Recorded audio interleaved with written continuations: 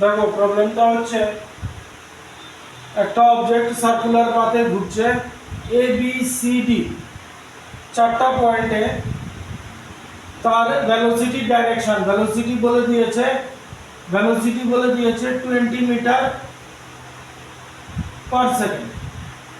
তো সার্কুলার পাথে ঘুরছে আর A B C পয়েন্টে ভেলোসিটির ডাইরেকশন দেওয়া আছে, বলেছে change in velocity from A to C. আচ্ছা, তাহলে ভেক্টর ফর্মে এ পয়েন্টে যদি ভেলোসিটি লিখি তাহলে এটা দাঁড়াচ্ছে 20 i cap positive x axis. B পয়েন্টে ভেলোসিটি যদি দেখি নেগেটিভ ওয়াই অ্যাক্সিস মানে -20 জে ক্যাপ। আর সি পয়েন্টে ভেলোসিটি যদি দেখি তাহলে নেগেটিভ এক্স অ্যাক্সিস মানে -20 আই ক্যাপ। বলেছে change in velocity from A to C. A to C তে চেঞ্জ ইন ভেলোসিটি কি হবে? তাহলে change in velocity from A to C হবে বিসি মাইনাস ভিএ, মানে সি পয়েন্টে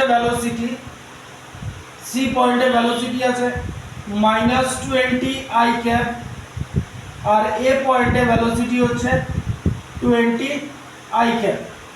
তাহলে কি দাঁড়ালো? -40 আই ক্যাপ দাঁড়ালো। তাহলে এর মানে কি? চেঞ্জ ইন ভেলোসিটি দাঁড়াচ্ছে 40 metre per second in the direction towards negative x axis। এই যে মাইনাস সাইন আর আই ক্যাপ মানে হচ্ছে নেগেটিভ এক্স অ্যাক্সিসে -40 মিটার পার সেকেন্ড আছে, গেল ফার্স্ট পার্ট। এবার বলেছে change in velocity from A to B, A আর বি। তাহলে ভিবি মাইনাস ভিএ করছি, ভিবি মাইনাস ভিএ করছি। ভিবি কি আছে? -20 জে ক্যাপ আর ভিএ আছে 20 আই ক্যাপ। তাহলে কি দাঁড়ালো? -20। আচ্ছা, এতটুকু রাখলাম। এবার ভেক্টর ল অফ এডিশনে যেতে হবে। তাহলে জিনিসটাকে আমরা এই দিকটা রাফ করে দিচ্ছি।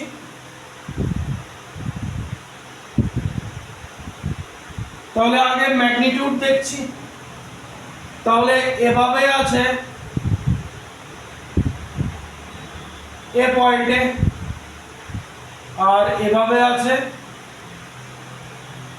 বি পয়েন্টে। তাহলে রেজাল্টেন্ট কি হবে? রেজাল্টেন্ট হবে ফার্স্ট ভেক্টরের টেল থেকে সেকেন্ড ভেক্টরের হেড অবধি, মানে এই হবে আমাদের রেজাল্টেন্ট।